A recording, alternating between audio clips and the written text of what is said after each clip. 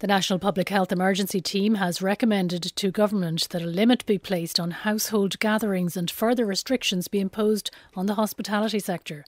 The recommendations are contained in a letter from the Chief Medical Officer, Dr Tony Holohan, which has been received by the Minister for Health, Stephen Donnelly.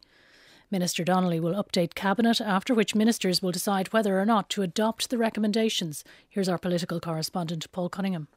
As the National Public Health Emergency Team met yesterday, the CMO Dr Tony Holohan issued a statement in which he warned that while recent progress reducing COVID-19 transmission was very welcome, the level of the disease in the community was still a concern. That concern has led NPHET to recommend the reduction of socialising in the run-up to Christmas, including limiting household gatherings to the host family plus 3 other households. NPHET is also recommending further limitations on hospitality. It's believed that includes table service, multiple table bookings being discontinued, the number of people allowed at any one table being limited to 6 people, and further limits on opening times. A proposal to further extend the use of COVID certs to areas beyond hospitality, a plan rejected by government just a few weeks ago, is also believed to be a preferred option. The Taoiseach Leo Varadkar has given a clear signal that if further restrictions are to be imposed in the hospitality sector, then the government will respond speedily with financial supports. The government has delayed by 48 hours the introduction of PCR and antigen testing for air and sea passengers arriving into Ireland. The measure was due to have come into force today.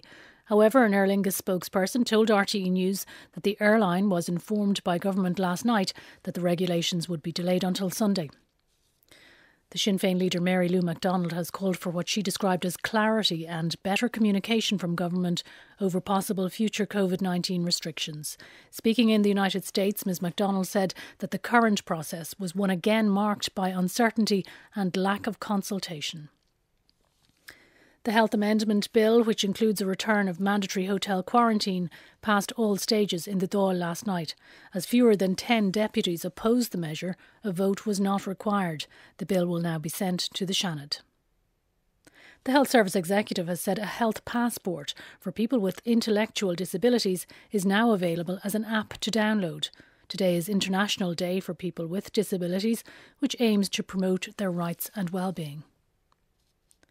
The government has approved a scheme to regularise thousands of undocumented people and their families living in Ireland. The Department of Justice said it will enable applicants to remain and reside in the state and formalise their residency status. The scheme will open for applications in January. Our Social Affairs correspondent, Alva Keneally. Described by the Minister for Justice as a once-in-a-generation scheme, this announcement by Helen McEntee is likely to affect thousands of undocumented migrants in this country. Online applications will begin next month and people will have 6 months to apply. Applicants must have a period of 4 years undocumented residence in the state or 3 years in the case of those with children.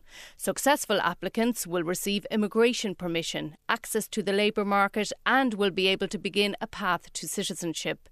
There will also be a parallel process for people in direct provision. It will allow those seeking international protection who have an outstanding application and have been in the asylum process for a minimum of 2 years to apply. There's no reliable data on the number of undocumented people in the state, but studies suggest there could be up to 17,000 and that many could be in employment, although likely low paid. Due to the lack of reliable data, the Department of Justice says it's difficult to say how many will be eligible.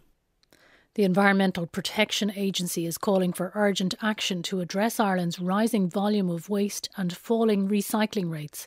The agency says the gap is widening for Ireland to meet EU recycling targets from 2025 onwards. Here's our regional reporter, Teresa Mannion.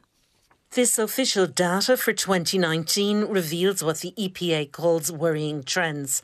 There were increases in municipal, packaging and hazardous waste, and the volume of construction waste more than tripled to 8.8 million tonnes. Waste from households and businesses rose by 6% to 3.1 million tonnes.